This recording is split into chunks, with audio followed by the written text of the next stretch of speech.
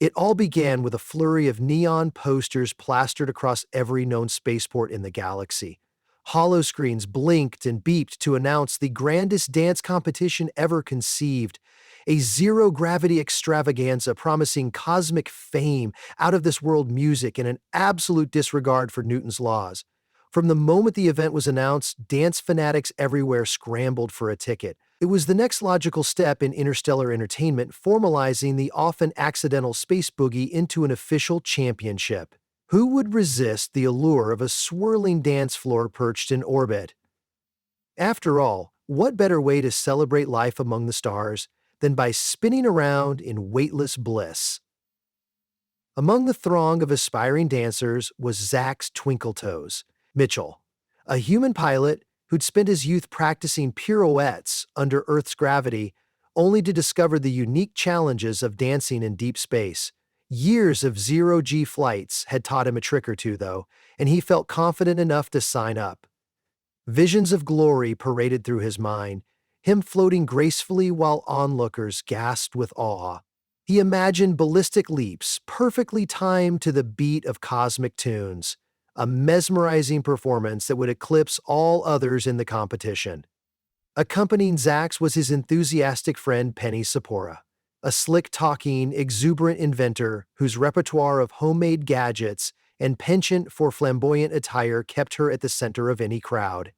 She insisted on joining him, claiming she'd crafted a new pair of anti-spin boots to help maintain orientation mid-dance. Skeptical, Zach suggested that wearing boots during a zero-G performance sounded contradictory. Wasn't the entire point to float freely?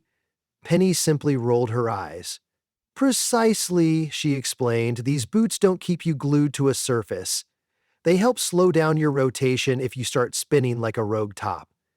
The space station hosting the dance-off was perched over a quiet dwarf planet that no one ever bothered to name. Created specifically for outlandish galactic sporting events, the orbital arena boasted flashy strobe lights, massive overhead windows that unveiled a hypnotic starfield, and a huge cylindrical dance area. Artificial gravity was disabled for the convenience of the dancers. If convenience was the right word for floating off uncontrollably. The moment Zax and Penny arrived, they saw throngs of participants in vibrant costumes lining up, bouncing off surfaces, floating in clusters, and occasionally spinning out of control. Some wore chunky magnetic rhythm bracelets that beeped with every bounce. Others sported entire suits rigged with micro-thrusters for maximum style. Everyone was smiling, anticipating the competition of a lifetime. Zax thought the station's design was part labyrinth, part disco ball.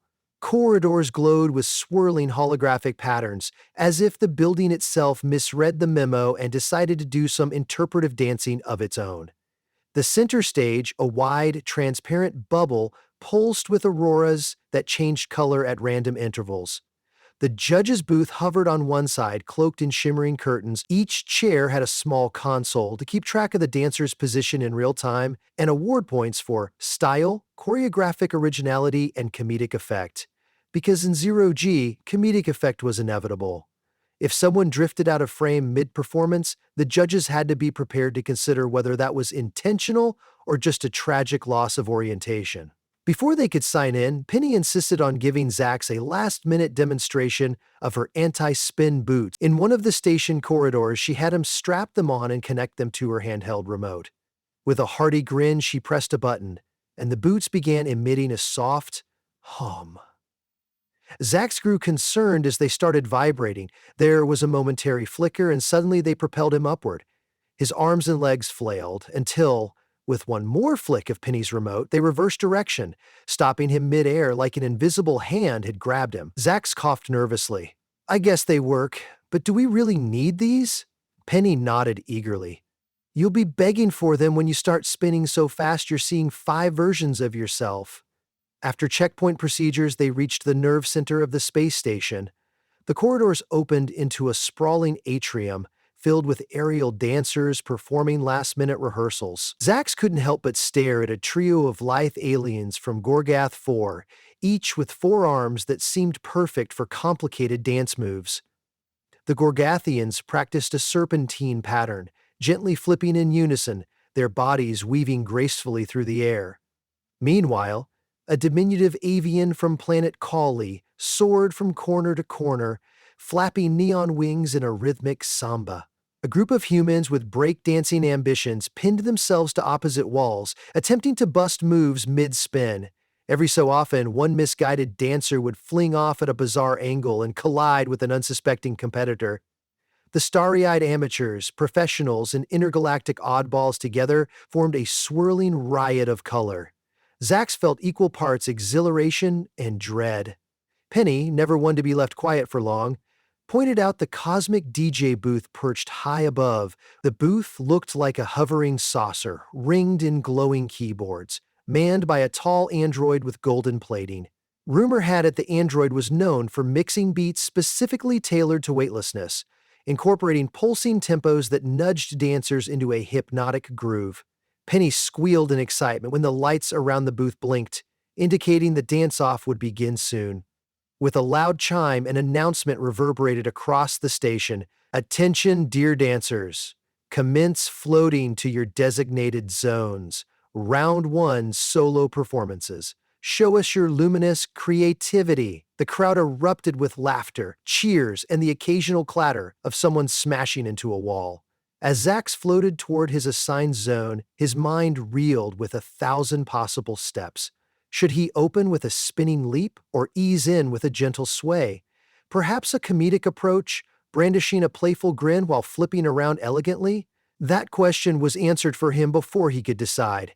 As the music began, an interstellar funk track with a heavy bass line, Zax propelled himself forward, attempting a graceful tumble. But Zero-G had its fun. Midway through his rotation, he realized his arms were flailing and his momentum was building faster than anticipated. His spin quickened. Panic flashed through his eyes as he tried to halt the rotation, only to find himself spinning on a random axis like a top set loose by a rambunctious toddler. Realizing he needed Penny's boots, he stabbed the remote. The boots sputtered to life, slowing him, but only after he'd made a full spectacle of spinning out of control. Murmurs and giggles rose from onlookers. By the time Zax righted himself, he faced a storm of camera drones capturing every angle of his comedic struggle. Bursting into laughter, since the alternative was to spiral into shame, Zax bowed theatricality, acknowledging the comedic fiasco. Despite the shakiness, he managed to transition into a fluid routine, coasting in subdued arcs as the music pulsed around him. The underlying sense of weightlessness turned his once practiced earth moves into ethereal sweeps of limbs, reminiscent of interpretive bubble dancing. Though not the polished performance Zax had dreamed of, it had a certain charm that elicited applause. When the music ended, he gave another bow, this one intentionally upside down. Penny watched from her vantage point on the sidelines, biting her nails 1 second and cheering the next. She'd heard rumors that the judges valued entertainment as much as technical merit, which was good news for Zax's unplanned spin of doom. She observed others in the ring. The Gorgith Ford Quartet performed spectacularly, rotating in perfect harmony, extending all 8 of their combined arms in symmetrical arcs that shimmered under the lights. A flamboyant dancer from the planet Zilly wore a suit covered in reflective disco triangles, each panel flashing like a strobe. Halfway through his routine, the Disco Zillion lost direction, drifted to the corner of the stage, and came precariously close to tangling with the speaker cables. The crowd erupted in hollers as a stagehand flew in to rescue him. At the end of round 1, the station erupted in excited chatter. People floated in small clusters, analyzing each other's technique, praising or critiquing specific moves. A handful of dancers engaged in playful dance duels in the corridors. The official scoreboard flickered on a massive holo display, revealing who'd advanced to round 2. Zax scanned the list, holding his breath until he saw his name in the 20th position. That was enough to make it through.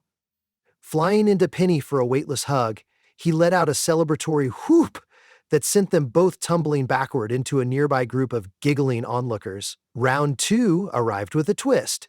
Pair freestyle. The organizers demanded dancers form duos on the spot and craft an impromptu choreography. The pinned scoreboard forced random pairings, preventing participants from colluding with old partners. Zax, to his dismay and intrigue, was paired with a Gorgothian named Latora. She was half a meter taller than him and had the advantage of 2 extra arms. Penny was teamed with a gangly creature from the Mist Nebula known as a floop, whose multiple tentacles appeared to act like built-in dance ribbons. Despite initial awkwardness, Zax quickly found Latora surprisingly collaborative. She insisted on a routine that mixed her innate four-armed grace with Zax's more comedic Earth-based moves. There was plenty of time to practice in a special zero-gi lounge that doubled as a rehearsal space. The lounge was a mesmerizing spectacle of swirling star lamps, spaced-out beanbag chairs, and tether lines to help anchor yourself mid-chat. While random couples practiced flips and spins, Zax and Latora discovered a synergy. She could catch him mid-rotation with her extra arms, guiding his spin before flinging him gracefully back out. They experimented with comedic beats to let Zax pretend to ricochet off her side, only for Latora to catch him again from behind. It was equal parts comedic and mesmerizing, winning them an audience of intrigued watchers. On performance day, the two soared into the spotlight wearing color-coordinated outfits. Zax sported a shimmering teal jumpsuit with luminous stripes down the arms. Latora wore a matching teal bodice, laced with metallic accessories that reflected the stage lights. The DJ spun a track that combined cosmic jazz undertones with energetic synth pop. Their routine started slow, with Latora swirling gently in place, her arms extended elegantly in all directions. Zax hovered next to her, moving in smaller, understated arcs. The music ramped up, and so did their moves. He spun forward, arms crossed over his chest, then opened them wide, welcoming Latora's extended arms, which gracefully twisted him around her as though he were a marionette. When the bass dropped, they launched into a carefully choreographed sequence of flips and comedic fake-outs. Latora would spin Zax outward, and he'd pretend to panic, flailing for a moment before she reeled him back. Their comedic timing was perfect. The audience shrieked with laughter at Zax's mock fear and cheered at Latora's unflappable poise. Every so often, one of his old Earth breakdance moves slipped in, which looked especially bizarre with no gravity to hold him to the floor. The final beat found them face to face, arms outstretched, drifting in slow motion. Applause and whoops of approval filled the bubble. Exiting the stage, Zax panted from the exertion, as sweat beads floated gently off his forehead. Latora gave a proud grin, each arm in a triumphant pose. Curiously, she admitted that dancing with a human was refreshing. On Gorgoth 4, everyone was so used to having 4 arms that their routines became predictable. The aesthetic punch of unleashing human Earth moves in zero-G struck her as quite the statement.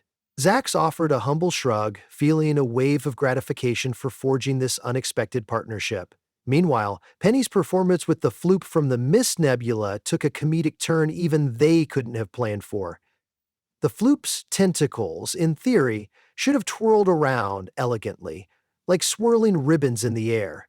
In practice, they turned into a tangled mess mid-routine. Penny ended up pinned in the center, spinning uncontrollably as the floop flapped helplessly, trying to free her. The spectacle ended with the stagehand dashing in to detangle them. Despite the fiasco, the crowd found it hilarious enough that the judges awarded them bonus entertainment points.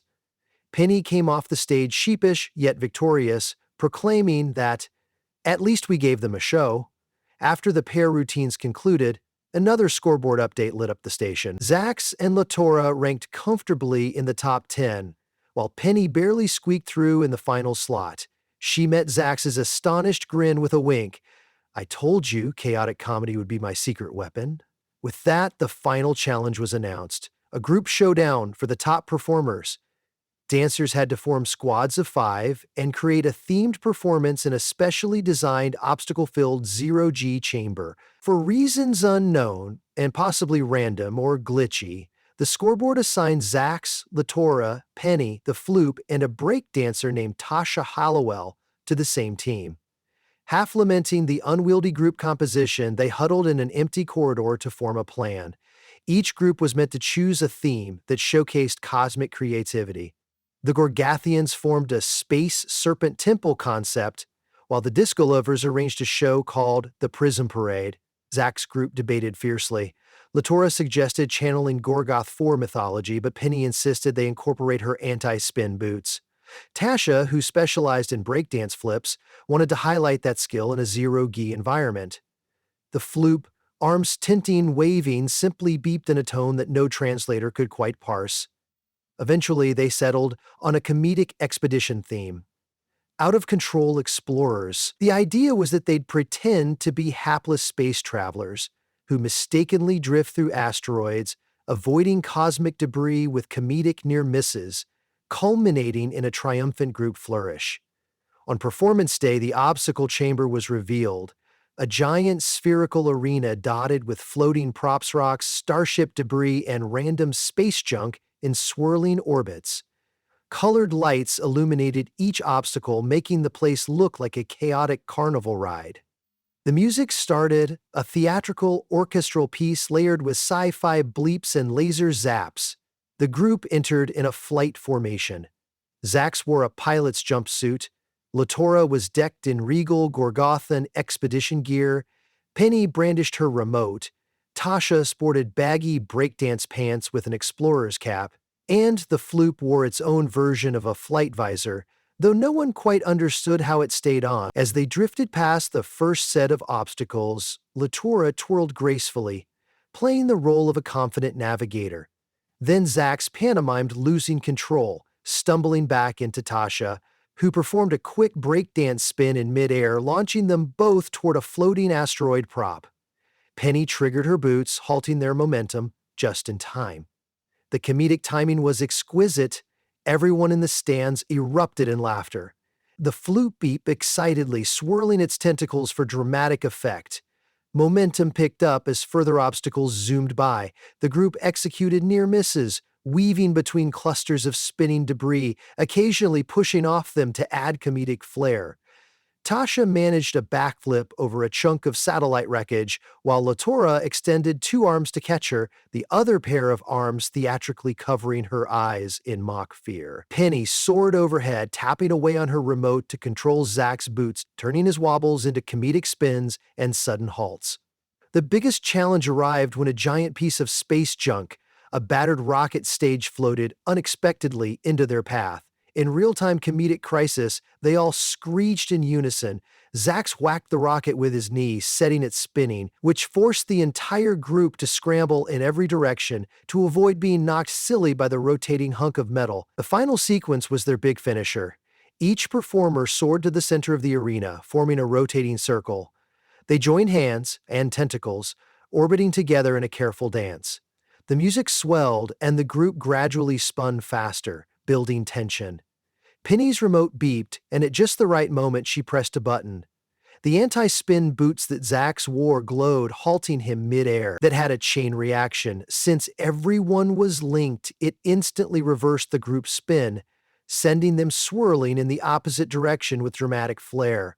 The effect was disorienting but mesmerizing. They ended by letting go, drifting apart like petals scattering in a cosmic breeze. The audience roared with applause so loud it seemed to rattle the station walls, or maybe that was the station's audio feedback. After the final round ended, judges clattered at their consoles, tallying up scores. The entire station collectively held its breath. Competitors floated anxiously, exchanging hopeful grins and nervous glances. Some stared intently at the scoreboard. Others, like Zax, were too jittery to hold still. Penny clutched his arm and whispered, "Whatever happens, this was epic." Latora gave a nod of agreement. The floop beeped encouragingly, while Tasha offered a fist bump. Official results flashed on the holo display. The Gorgoth 4 Serpent Temple group snagged a high score, as did the Disco Lovers. Then, in second place appeared the Out-of-Control Explorers squad. The chamber erupted in yells of excitement as the group soared into hugs. Cameras zipped around them, capturing the raw glee. On a special dais, the winners, an elaborate group of six-limbed creatures from the Triangula system, preened with pride. But Zax and the others wore their second-place achievements like crowns. For a moment, Zax felt he'd discovered something even sweeter than first place, a performance that felt genuine and wholeheartedly fun. While the champions gave a speech about unity and dance, Zax's crew huddled like giddy children, rewatching clips of their comedic near crashes on someone's handheld. Penny joked that her next invention would be a pair of spin boost boots for those who wanted to go for the unstoppable swirl effect. Latora teased that she might visit Earth just to try dancing with actual gravity for a day. Though she doubted anything could top dancing in zero-G, Tasha was already dreaming up new breakdance illusions. As for the floop, it beeped and wiggled like a starfish celebrating life itself. In the after-party, the entire station felt like one giant dance floor, with no more competitions, just unbridled enjoyment. Someone had turned off the official scoreboard, focusing attention solely on the swirling music, vibrant lights, and joyous interspecies mingling. Zax soared across the atrium, bumping into old rivals, turned friends, each exchanging genuine smiles. He spotted the Gorgeth 4 Quartet, who performed a glorious mid-air group hug. The disco lovers had changed their outfits into suits that blinked with each cymbal crash. At some point, the DJ lowered the tempo to a slow jam. Dancers drifted in pairs or small circles, stargazing through the massive windows that revealed a magnificent cosmic panorama. This was Zax's favorite part. Suspended in space, free from gravity, looking out at an endless ocean of stars, it felt like everything was gently holding its breath in mutual wonder. He smiled to himself, replaying his improbable flips and comedic stumbles, ribs aching from both laughter and exertion. If the entire galaxy could gather together for a carefree boogie, maybe the future was a bright place indeed. Eventually, as the music wound down, Zax found Penny by the central corridor, rummaging through her tool belt. She was tinkering with what looked like another gadget, a prototype of her rumored spin boost contraption. With a devilish grin, she insisted he try it out. Still high on adrenaline, he agreed. She latched the contraption onto his waist, flicked a switch, and Zax felt a slight jolt. Suddenly, he shot upward, flipping over a pair of startled disco dancers. The contraption sputtered, reversing thrust, slamming him back down. Comedy gold! Penny had tears in her eyes from laughing. Zax, spinning gently on his back in midair, offered her a thumbs up. Round 2 on that device, he panted. Maybe next year? Maneuvering themselves through the swirling crowd, they finally found a quiet corner near a wide window. The hush of the station provided a dreamy atmosphere compared to the riotous celebration behind them. Penny let out a long breath. "We did it," she said softly. Zax nodded, gazing at the glimmering starfield. "We actually pulled off a routine that involved out-of-control asteroids, comedic collisions, and only minor bruises," Penny giggled, throwing an arm around his shoulders. "Imagine telling your kids one day you competed in a zero-gravity dance-off and survived. Might earn some bragging rights at show and tell." Soon, Latora and Tasha floated over, carrying celebratory drinks in sippy pouches. That was the only practical way to partake in beverages in zero-G. They handed pouches around, and the group raised them in a toast. Latora dedicated the moment to the improbable collisions that lead to cosmic friendships. Tasha, with a grin, added a vow to meet at the next zero-G breakdance tournament. The flute beeped softly, tentacles forming a shape that might have been a heart if you squinted the right way. Eventually, the lights dimmed further, signaling that the station staff intended to close down some areas for routine checks and cleaning. With the competition at an end and the wild after-party gradually settling, dancers began drifting off to their sleeping pods, guest quarters, or docking areas to head home. Zax wasn't quite ready to surrender the day. Together with Penny, Latora, Tasha, and the Floop, he found a vantage point near the panoramic window. They stared out as the dwarf planet below twinkled with faint city lights. Above them, an endless array of stars stretched into infinity. In that moment, it felt like a fitting metaphor for the day's events.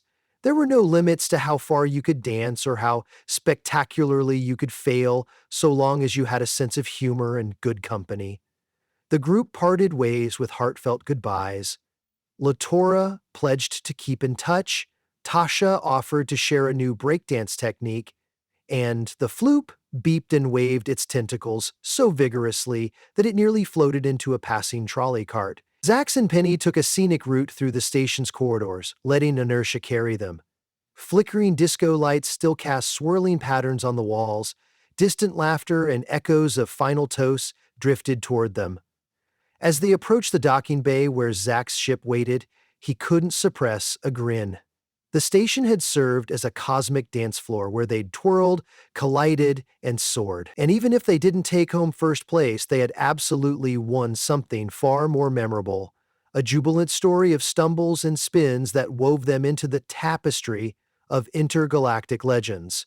Once they were inside the spaceship's cockpit, they strapped in artificial gravity, pressing them back into their seats, a comforting reminder that while zero-G dancing was a blast, it was equally nice to feel one's feet on solid ground, or at least a stable floor. Penny gazed out the window as the docking clamps released. Zax fired up the engines, and the vessel hummed to life.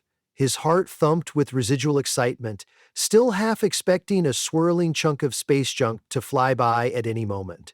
But as they eased away from the station, all they saw was the shimmering reflection of starlight on hull plating and the receding glimmer of colored lights from the party within. They set a course for home wherever home might be in this vast galaxy.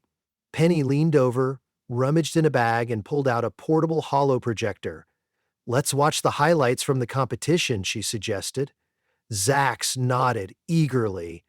Moments later, they were replaying footage of doomed spins, panicked flails, and triumphant leaps.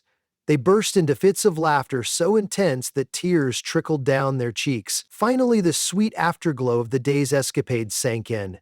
Zax wiped his eyes, flicking off the projector. "We can watch the rest tomorrow. For now, let's just float in the memory." With the autopilot engaged, the ship slipped into the darkness of space, a small beacon of life among countless stars. Silence descended in the cockpit, broken only by the hum of the engines. Zax and Penny exchanged a weary but exhilarated glance. The day had been a whirlwind of leaps and laughter, set to a cosmic soundtrack, performed on a stage that literally lacked a floor.